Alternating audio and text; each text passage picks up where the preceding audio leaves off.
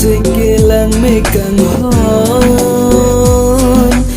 ridam tak theklang lene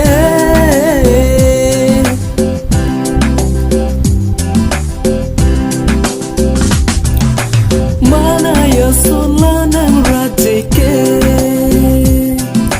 pangpada mune lanang patke lanang raja kilang megang hon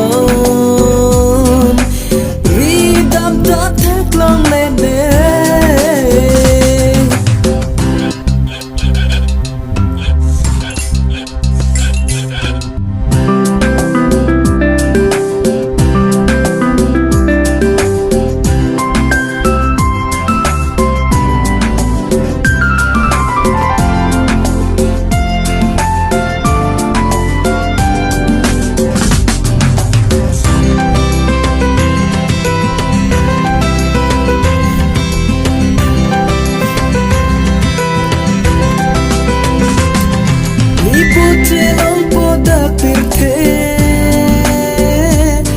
Mata cepasung nang ne ha lam chak nang pilo ne nang pan sing nang che the non ne pan kang hon la ne nang pan nang ren long vek chi ne kang hon la ne nang pan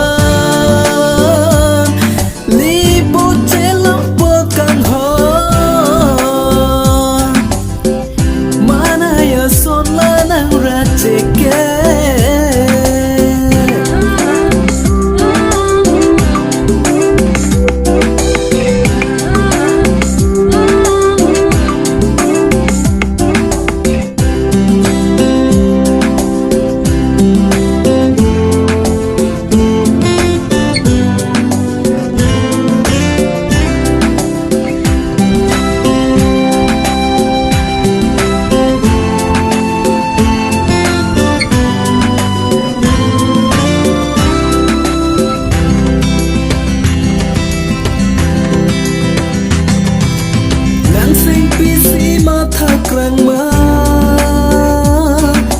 lanang ne phano kang hong ho nan sing ke hang ka pre ka phan nang ne la son ke kang hong itum ka che chakalam an pini nang tin ne det ma tenggelam munti persik dam tangan mana ya son lanang rajike pangbada mune lanang panke lanang rajike lang megang hon